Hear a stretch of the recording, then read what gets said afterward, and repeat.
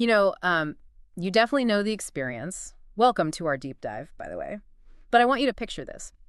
You order something incredibly fragile and valuable. Let's say it's like a high-end OLED television or maybe some specialized piece of heavy equipment for your Oh garage. yeah, we've all been there. Right. And when it finally arrives in your door, it is just entombed in this absolute fortress of packaging. It's a feat of modern engineering in its own right, honestly. I mean, you have the heavy-duty corrugated cardboard on the exterior, which is designed specifically to resist punctures. Yeah, and then inside you have that dense, molded polystyrene foam that perfectly hugs every delicate corner. Exactly, it absorbs all the kinetic shock, and you've got the high-tensile plastic strapping holding the whole thing under tension.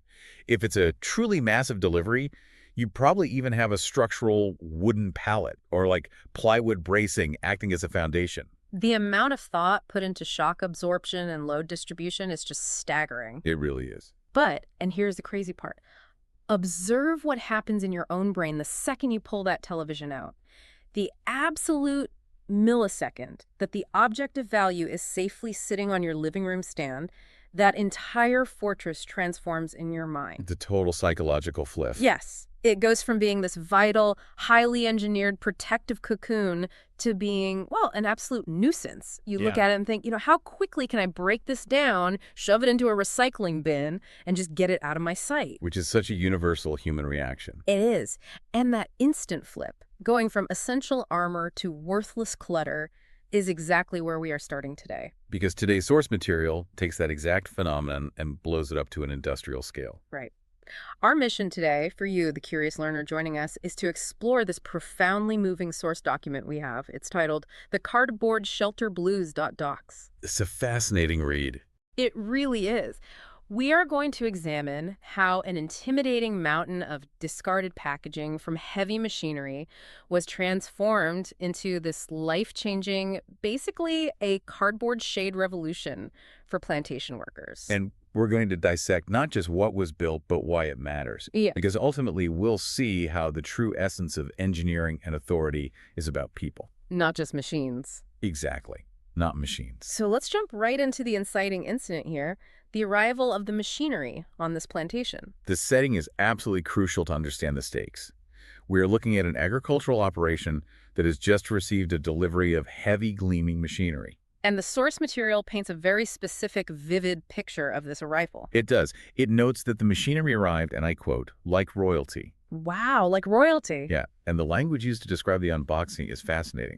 The text explicitly says it was unwrapped from its protective armor. Which implies it needed protecting from a hostile environment. Right. It describes cardboard cartons that were stacked like towers, plywood plates laid flat like shields, and these neatly folded tarpaulin sheets. The personification there is just heavy. It's almost medieval, right? The machine is treated as a VIP, like a sovereign entity that requires a heavily armored escort. Just to ensure its safe passage. But then, the installation is complete. The VIP is safe. And just like the television box in the living room, the men on the plantation are left with a massive mountain of packaging. A literal mountain. And the text notes that most of the men simply walked past this pile without a second glance. It was just clutter destined for disposal. What's fascinating here is how society and workplace culture in general assigns value. The machine itself is essential because it produces capital, right? It drives the bottom line. Exactly.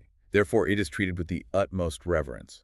But the vessel that kept it safe, the physical materials that literally ensured the machine, survived the journey. They are stripped of their value the moment their primary purpose is fulfilled. Completely. The prescribed purpose is done, so it's trash. I want to push back on that a little bit, though, or at least play devil's advocate. Yeah. From a purely pragmatic standpoint, why shouldn't they see it as trash? I mean, it is trash, isn't it? How do you mean?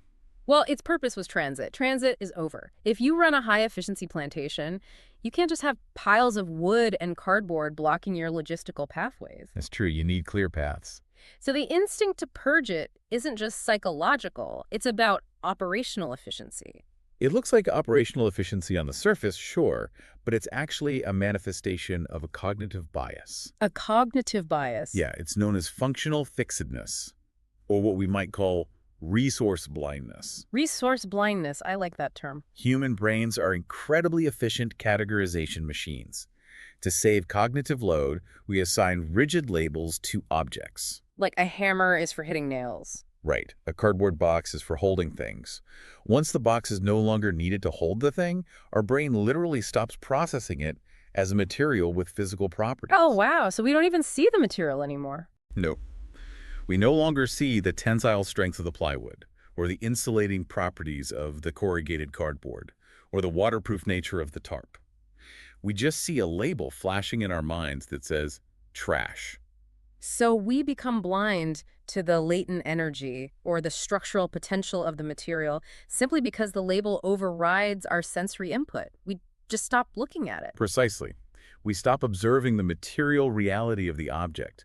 We operate entirely on the conceptual label. That is wild. And to truly understand the tragedy of that resource blindness in this specific story, we have to pull back and look at the broader environment. Right, because this pile of potential isn't just sitting in some climate-controlled warehouse, No, it's sitting in a deeply hostile physical environment. which brings a completely different set of stakes into play.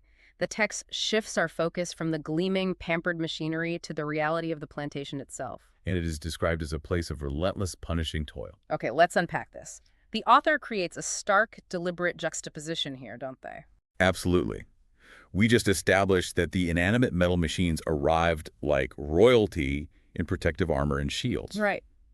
Now, contrast that with how the human beings working the plantation are treated. The text describes workers bent under a, quote, punishing sun. It details the sweat rolling down their brows, their shirts clinging to their backs, and the ground is literally shimmering with the heat. If you have ever been in that kind of deep, oppressive heat, you know what that's like. Oh, yeah. The kind where the ambient temperature is so high that the air above the dirt actually wobbles and distorts your vision. It isn't just uncomfortable. It is physiologically devastating. And the text explicitly states there was no shade, no respite, only the endless rhythm of toil. Let's analyze the biology of what an endless rhythm of toil in a shimmering heat environment actually does to a human being. Yeah, what happens to the body? When there is no shade and no respite, the body's thermoregulatory system is pushed to the absolute brink. To cool itself, the heart has to pump massive amounts of blood to the skin's surface so sweat can evaporate. Which means it's taking blood away from other places. Exactly. It takes blood away from the brain and the muscles. You get an elevated heart rate, cognitive decline, dizziness, and eventually heat exhaustion or heat stroke. So the inanimate metal machines were given shields, but the living, breathing human beings had nothing. Nothing at all. Their biology is highly sensitive to thermal overload, and they had absolutely nothing to protect them from the elements. Let's talk about the raw economics of that, though, because it's easy to look back at industrial or agricultural history and just call the management evil. It is easy, but it's more complex than that. Right, it stems from a very cold, mathematical way of viewing the world. This heavy machinery was brought onto the plantation to increase efficiency, to drive yield. Correct. But the human beings driving the machinery or working alongside it are just left to bake. Why does that imbalance exist so consistently in human history? It comes down to the historical tension between capital expenditure, or CapEx, and operating expenses, or OpEx. Okay, break that down for us. In the industrial mindset, a piece of heavy machinery is a massive capital investment. It's an asset on the balance sheet. Right, and it depreciates over time. Yes. And if it breaks, replacing it requires a massive, complex outlay of capital. Therefore, the system protects the asset, it oils the gears, it builds a shed for the tractor, it wraps it in armor. And the human labor, where do they fit in? Historically, unskilled or semi-skilled manual labor has been treated as a variable operating expense. It is a consumable resource. Wow, a consumable resource. If a worker collapses from heat exhaustion, the brutal historical reality is that the system simply replaces them with another worker from the labor pool. The worker doesn't represent a sunk capital investment in the same way the machine does. Exactly. The system optimizes for the protection of capital, not the preservation of human dignity. That is a staggering paradox. You have an economic system that treats human bodies as expendable cogs while fiercely protecting replaceable metal parts. It's completely backward. And the irony is you have this mountain of perfectly good, highly engineered protective materials sitting right there in the dirt. Cast aside as worthless. Cast aside as worthless, while the people standing right next to it are pushed to the brink of physiological collapse. It is the ultimate failure of both empathy and imagination. The environment is entirely entrenched in a binary logic. The machine is valuable, the packaging is trash, the worker is a tool. Exactly. Breaking that cycle of neglect requires a massive disruption. It requires an entirely different framework of thinking. Which introduces us to the father in this narrative. The text describes a moment where the father pauses at this massive pile of packaging trash. And he doesn't just see a mess to be swept away. No, the text notes he stood there, eyes narrowing as if he were reading a blueprint hidden in the mess. The phrase, a blueprint hidden in the mess, is just, well, it's the defining characteristic of visionary leadership. But notice the friction that immediately arises right after that. His trusted aide, Rayapan, approaches him. Rayapan is essentially the voice of standard operating procedure here.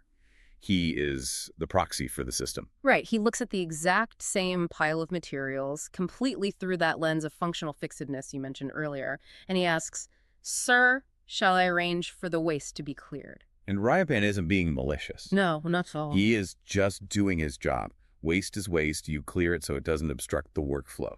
But the father completely reframes reality in that specific moment. He replies, "No, Rayapan, this is not waste. This is shelter waiting to be born." It gives me chills.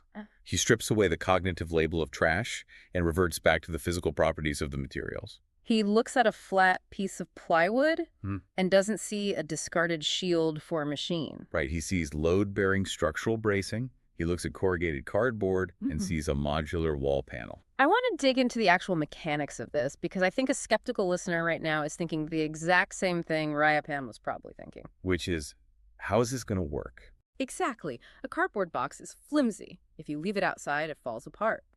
How does a pile of cardboard actually translate into a functional shelter on a harsh plantation? Rayapan literally asks him if cardboard sheds will actually hold up. Right. And the father's response is a masterclass in engineering pragmatism. He says they will hold enough. But to answer your question about the mechanics, we have to remember what kind of cardboard this actually is. It's not a cereal box. No, this isn't a flimsy cereal box. This is industrial packaging designed for heavy machinery. That means it is heavily corrugated. Meaning the wavy layer of paper sandwiched between the two flat layers. Exactly. And that wavy layer is essentially a continuous series of Roman arches. Oh, wow. I never thought about it like that. The arch is one of the strongest architectural structures ever discovered by humanity. When you stack industrial corrugated cardboard, especially double or triple wall corrugated, it has immense compressive strength. So it can support a lot of vertical weight. Hundreds of pounds of vertical weight. The father understands that if you use the plywood plates, which have immense shear strength, as the skeleton or the joints, you're in business. And then you use the heavy corrugated cardboard as the walls and the roof substrate. Right, and suddenly you actually have a remarkably sturdy, modular building material. It's like a survival application of Lego, or like life-size origami. He sees the interlocking tabs, the structural geometry before a single piece is even moved. And when he says it will hold enough, it means he isn't trying to build a cathedral. Right. He isn't trying to build a permanent brick structure that will last a century. He is optimizing for immediate life-saving relief. He just needs it to hold 10 men. He provides Rayapan with the explicit parameters of the blueprint right there. He says the shelters just need to hold 10 men, a drum of water, a table, and chairs. Let's freeze on that last part. A table and chairs. Yeah, that stood out to me too. If the goal is just to stop the men from dying of heat stroke, you don't need a table and chairs. Not at all. You could just prop up the plywood on 4 posts and let them crawl underneath it to get out of the sun. Why spend the extra time and space building a structure large enough to house furniture? That is the detail that elevates this entire narrative. It separates a mere survival tactic from an act of profound human dignity. Right. If you just build a lean-to and force men to sit in the dirt to escape the sun, you are still treating them like livestock. You are providing the bare minimum biological requirement. But the father explicitly states his goal. He says this is about shade, rest, and dignity. The sociology of a table is actually quite profound when you think about it. It really is. Architectural determinism tells us that the spaces we build dictate the social behaviors that occur within them. So a table implies community. It implies civilization.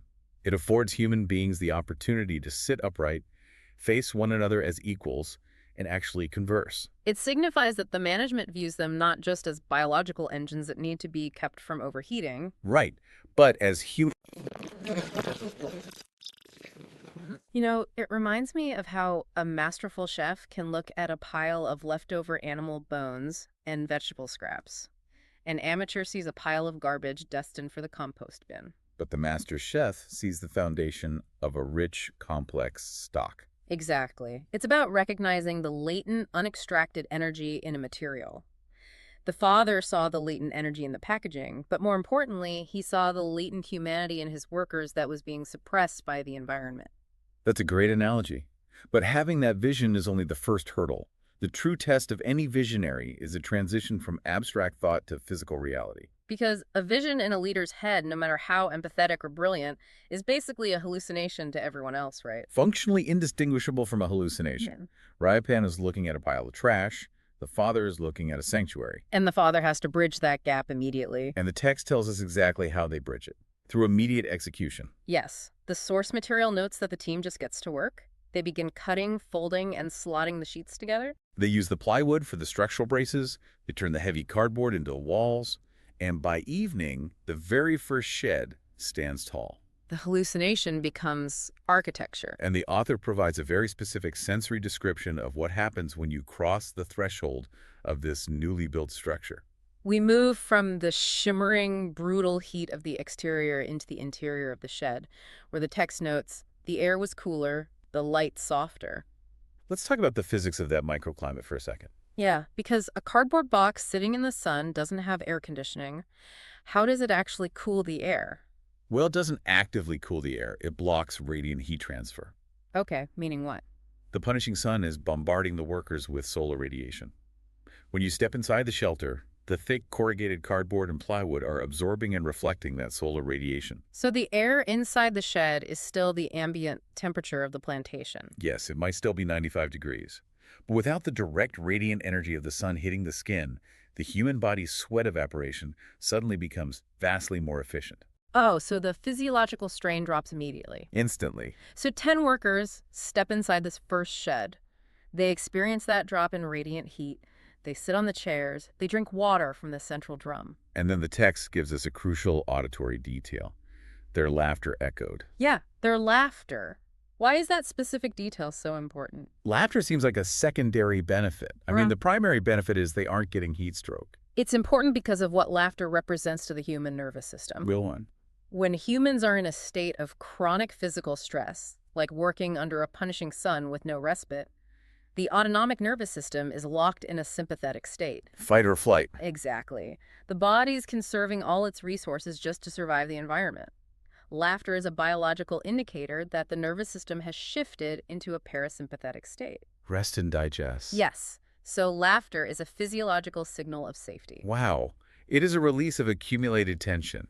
By laughing, they're demonstrating that the environment is no longer solely dictating their emotional and physical state. In a brutal landscape defined by the endless rhythm of toil, laughter is almost an act of rebellion. They have reclaimed a piece of their humanity, and all because a pile of discarded machinery armor was rearranged into a room. It's incredibly powerful. Here's where it gets really interesting, though. There's this fascinating ripple effect mentioned in the text. Oh, the psychological boost. Yes. It notes that even before the shed was finished, when the workers merely overheard the father talking about building the shelters, they felt a spark of hope. The psychological relief actually front-ran the physical relief. Exactly. That speaks to the sheer starvation for empathy on that plantation. Just the knowledge that a person in a position of authority perceived their suffering and was actively attempting to alleviate it altered the psychological landscape of the workforce. But the physical execution of that first prototype is what really cements the change. Right, because Ryapan, the trusted aide who initially wanted to throw the trash away, sees this first shed. He sees the men inside resting and laughing. And he turns to the father and admits, "It works, sir. It truly works." Ryapan's conversion is vital to the story. It is. It illustrates how skepticism is overcome. A leader can write memos about empathy or give speeches about innovation. But until you manifest it into a tangible prototype that people can interact with, it remains abstract rhetoric. Exactly. The first shed served as the proof of concept. It proved to the skeptics that the father wasn't crazy, and it proved to the workers that the management was actually capable of care. And once you have a prototype that fundamentally alters the environment, the obvious next step is scale. Because a true test of leadership isn't just solving a problem for a day, but scaling the solution for the future. Right. So the father's immediate response to Ryapan is, then let us build more. Which brings us to the true test of this architecture. They scale the operation up. Day by day, shed by shed, the text tells us the plantation undergoes a radical transformation. 12 of these shelters eventually rise across the fields. They cease being an anomaly and become established infrastructure. The workforce is no longer a collection of isolated individuals suffering in the heat. They have a network of sanctuaries. They are resting, hydrating, and returning to their labor with stabilized core temperatures and renewed energy. But the sun wasn't the only environmental threat on this plantation. Right, there's another challenge coming. The ultimate test of the father's engineering was the impending monsoon season. Okay, I have to play devil's advocate here again. I can accept that thick cardboard can block the sun and create shade. Sure. But a monsoon, we're talking about torrential, driving rain, and severe winds. Cardboard turns to absolute mush when it gets wet.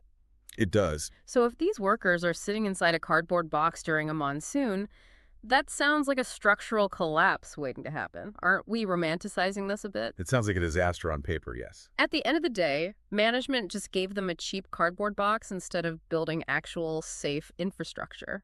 It's a highly valid critique, and if the materials had just been cardboard, it would have been a disaster. But they weren't. No. This is where the father's holistic vision of the materials comes into play.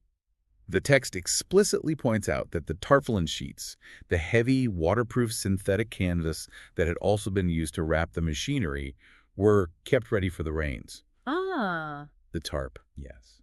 The father didn't just build the cardboard walls and throw away the rest of the packaging. He cataloged all the materials. He understood the seasonal cycles of the plantation. Exactly. This wasn't a reactive scramble when the first drops of the monsoon started falling. This was a multi-season strategic plan. So when the dark clouds gathered, they stretched those heavy, waterproof tarpaulins tightly across the roofs of the 12 sheds. Fundamentally altering the structural capabilities of the buildings. They waterproofed the sanctuaries. And the imagery the author uses to describe the result is incredibly evocative. What does it say? It says the rain hammered down on the tarps, but inside the men sat dry, sipping tea, and listening to the storm as if it were music. The acoustic psychology there is brilliant. Think about what the sound of a monsoon usually signifies to an outdoor agricultural laborer. It is the sound of misery, cold, and potential physical danger. It is a deeply threatening auditory cue. But because the father had provided a structurally sound dry space, because they finally felt physically secure, the threat of the storm was neutralized. The exact same acoustic frequency that used to signal danger was transformed into ambient, cozy background noise. It literally became music. But let's look beyond just the physical dryness of the men. The text claims these shelters carved spaces of care out of the discarded packaging. And that they changed the plantation into a community. Right. How does a simple act of sitting in a dry room drinking tea fundamentally shift the power dynamics and the culture of an entire plantation? It shifts the dynamics by decentralizing the focus from pure, unyielding labor and inadvertently creating what sociologists call third places. Okay, third places. Let's define that. The first place is the home, right? Yes, and the second place is the workplace. Okay. A third place is a communal space where people can gather, interact, and build social bonds without the strict hierarchy of work or the domestic duties of home. Like a coffee shop or a public park. Exactly. But here, the father has built third places directly in the middle of the second place. Wow. By designing spaces meant for 10 people to sit around a central table, he created hubs for social connection. Precisely. When people gather around a table while a storm rages outside, they don't just sit in silence. They talk. They share grievances, they share stories, they bond over shared experiences. And this alters the cultural fabric of the plantation. The workers are no longer atomized, isolated units of labor. They become a cohesive, communicative community. They feel seen by the management, which builds institutional trust. And they feel connected to each other, which builds social solidarity. It is astounding how much sociological mileage they extracted from a pile of trash. It really is. But while the human impact, the laughter, the acoustic safety of the rain, the social bonding, while that is all deeply emotionally resonant, we also have to evaluate this from a cold, hard, pragmatic business standpoint. Because the source material doesn't just rely on the emotional appeal. No, it doesn't. It lays out a very clear, measurable case for why this was a triumph of organizational management. Yes, the text breaks down the impact into 4 undeniable pillars. Yeah. And what is so striking is how perfectly these pillars map onto modern, high-level MBA curricula. Even though this was executed purely on instinct on a rural plantation, long before these concepts were corporate buzzwords. Exactly. Let's analyze those 4 pillars. The first one is cost efficiency. The text points out that absolutely no new materials were purchased. What everyone else saw as trash destined for the incinerator became functional architecture. In modern business terms, this is the ultimate optimization of sunk costs, right? It is. The packaging was already paid for. The cost was baked into the transit of the machinery. By upcycling it, the father achieved a 100% return on a material that was slated for a negative return. Wait, why a negative return? If it's trash, its value is just 0, right? Not at an industrial scale. Waste disposal is an operating expense. You have to pay laborers to gather it, you have to allocate space to store it, and you have to pay to transport it to a landfill or an incinerator. Oh, I see. The packaging was literal liability. Yes. By transforming it into an asset, he didn't just save the money he would have spent buying raw lumber to build sheds, he also eliminated the waste disposal costs. It's a double win on the ledger. A huge win. The second pillar is worker welfare. The text notes that the provision of shade, water, and rest boosted both the morale and the productivity of the workers. Think about how much we spend today on employee wellness programs, off-site retreats, and burnout prevention strategies. Billions of dollars. The father recognized that human welfare and operational productivity are inextricably linked by biology. Right. A worker whose core temperature is stabilized, who is hydrated, and whose nervous system has had a chance to reset in a parasympathetic state is fundamentally a more focused, efficient, and safer worker. He didn't provide shade purely out of bleeding heart charity. He understood the thermodynamics of human labor. The third pillar is sustainability.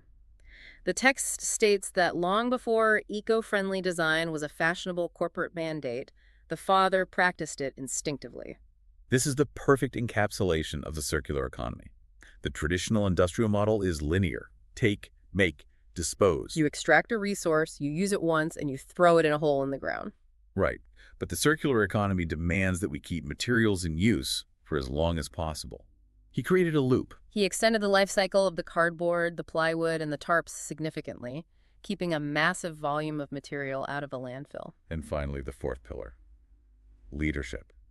The text defines his leadership by his ability to see value where others saw waste and to act on it decisively. He didn't form a committee to study the feasibility of cardboard tensile strength. No, and he didn't hire an external consultant to survey the workers on their shade preferences. He had a clear vision, he made a decision, and he executed it before the sun set.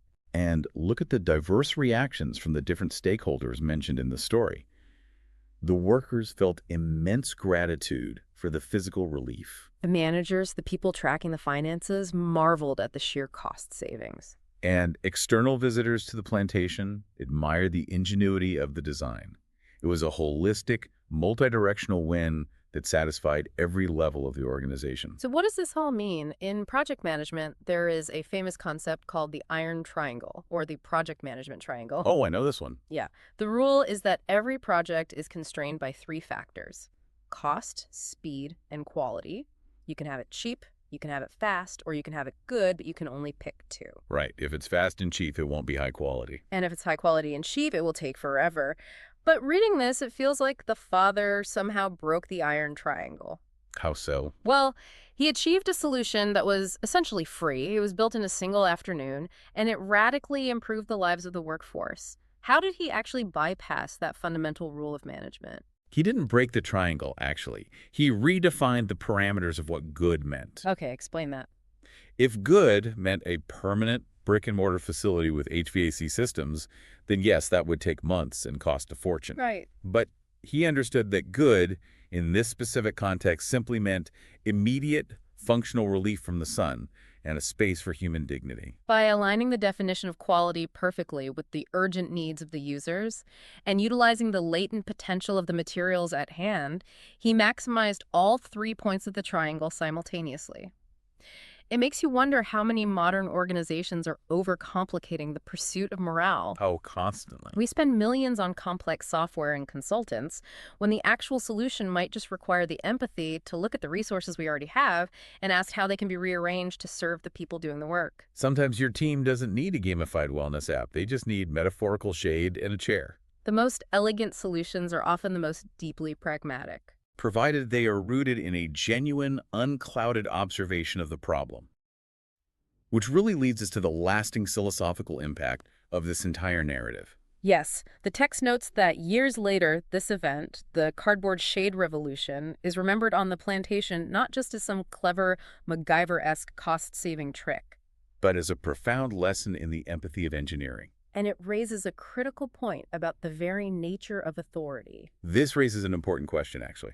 The source material suggests that in reshaping those discarded cartons into shelters, the father fundamentally reshaped the idea of authority on that plantation. Let's examine traditional, rigid hierarchies, especially in industrial or agricultural settings. Authority is almost universally defined by coercive power, isn't it? Yes, the ability to issue orders, control resources, and compel obedience from subordinates is a strictly top-down exertion of force. You will work in the sun because I am the boss, I control your paycheck, and I said so. But this story presents a completely different model. It aligns much closer to the philosophy of servant leadership. It redefines authority not as the power to command, but as the responsibility to protect. The father's authority over the workers, and over men like Rayapan, wasn't derived merely from his title on an organizational chart. It was cemented by his ability to perceive the vulnerability of his team, to innovate a solution, and to act decisively to shield them from a hostile environment. And that ties perfectly into his core philosophy, which is directly quoted in the text. I think this is the single most important sentence in the entire document. He said, "Waste is only waste if you fail to imagine its second life." It is a staggering sentence because of where it places the burden of responsibility. Waste is only waste if you fail to imagine its second life. From a thermodynamic perspective, waste is just matter that has lost its highly ordered utility, its entropy. But from a human perspective, he is arguing that waste is not an inherent physical property of an object. It's a failure of human cognition. Exactly. The cardboard isn't inherently trash. It's only trash because the observer lacks the cognitive flexibility and the imagination to see what else it could be. He takes the blame off the material and puts it squarely on the shoulders of the leader. If you have a pile of waste in your organization, it's because you aren't thinking hard enough. It demands that we look at the world through a lens of infinite potential rather than finite utility. It forces a leader to constantly ask, what latent value am I failing to see here? And ultimately, the story declares that engineering, whether it is mechanical engineering, architectural engineering, or the engineering of corporate systems, is never just about materials and machines. It is fundamentally, inescapably about people. Yes. If we accept that premise, that engineering is fundamentally about people, then every single system we build needs to be ruthlessly evaluated on that criteria. Every single one. Whether you are coding a new piece of software, drafting a corporate return-to-office policy, designing a supply chain, or building a physical office space, you have to stop and ask yourself something. How does this system treat the human beings inside of it? Does it provide them with protective armor? Or does it obsessively pamper the machinery, the metrics, the profit margins, the capital assets, while leaving the human beings out to bake in the punishing sun? And we can push that philosophy of imagining a second life even further. We don't just have to apply it to physical materials like cardboard or plywood. We can apply it to the intangible structures in our daily lives. Think about the rigid rules, the outdated standard operating procedures, or the bureaucratic traditions we inherit in our jobs or our communities. Many of those processes are as discarded, useless, and obstructing as that pile of old packaging. We just keep doing them because that's the way it's always been done. It's the functional fixedness of bureaucracy. Precisely. Instead of just blindly following those outdated rules, or alternatively just throwing our hands up in frustration and complaining about the trash in our way, what if we imagined a second life for those processes? How can we fold, slot, and re-engineer those old rules into a new framework that actually serves the dignity and the efficiency of the people doing the work today? That is the true demanding challenge of this narrative. It requires us to be active participants in shaping our environments, not just passive victims of it. It's a call to action. So let's synthesize the massive journey we've been on today. We started by looking at a literal mountain of industrial packaging. Corrugated cardboard, plywood shields, and tarpaulins that had served their primary purpose and were cast aside as a nuisance. We examined the physiological and psychological devastation of a work environment that prioritizes the protection of capital assets over the basic biological needs of its human labor force. We watched as one leader refused to succumb to resource blindness, peering into a pile of so-called trash and recognizing the structural geometry of a sanctuary. We explored the mechanics of how a simple prototype, a shaded space with a table and chairs, could instantly shift the human nervous system from survival mode to a state of relief, evidenced by the echo of laughter. We saw how scaling that vision and utilizing proactive engineering like the tarps neutralized the threat of the monsoons and transformed a brutal landscape into a network of social hubs. It stands as a profound testament to the fact that operational efficiency, cost management, and deep human empathy are not mutually exclusive goals. In fact, when executed by a leader with imagination, they reinforce one another. So the next time you find yourself looking at a pile of clutter, whether that is literal physical junk taking up space in a warehouse, or a messy, convoluted, tangled project at work that everyone else has written off as a lost cause, remember the blueprint hidden in the mess. You might actually be looking at the exact raw materials needed for a revolution. You just have to possess the imagination to see its second life. It is a framework that completely alters how you interact with the world around you. It really is. And I want to leave you, our listener, with one final concept to mull over as you go about your day. We've spent this entire time unpacking how the source material beautifully frames physical materials as having this incredible second life, just waiting to be imagined by a willing, empathetic leader. We've talked a lot about upcycling trash into architecture. But consider this. What if the physical materials were just a metaphor? What if the workers themselves were the ones being granted a second life? Oh, wow. That's a powerful thought. Think about it. By providing a space for physical safety, for rest, for dignity, and for human connection, the father didn't just upcycle heavy-duty packaging. He fundamentally upcycled the human potential on that plantation. He took a workforce that was exhausted, isolated, physiologically drained, and treated like expendable cogs in a machine, and he elevated them back to their full capacity as human beings. The shelters didn't just rebuild the cardboard, they rebuilt the people. It leaves you wondering as you look at your own life, in your own workplace, in your community, or even within the dynamics of your own family, where are you focusing so much of your energy, your budget, and your reverence on the machinery? Where are you obsessing over the bottom line? Right. Where are you so obsessed with the daily grind or the flawless execution of tasks that you are inadvertently leaving the human potential right next to you out in the scorching sun, just waiting for someone to imagine its second life?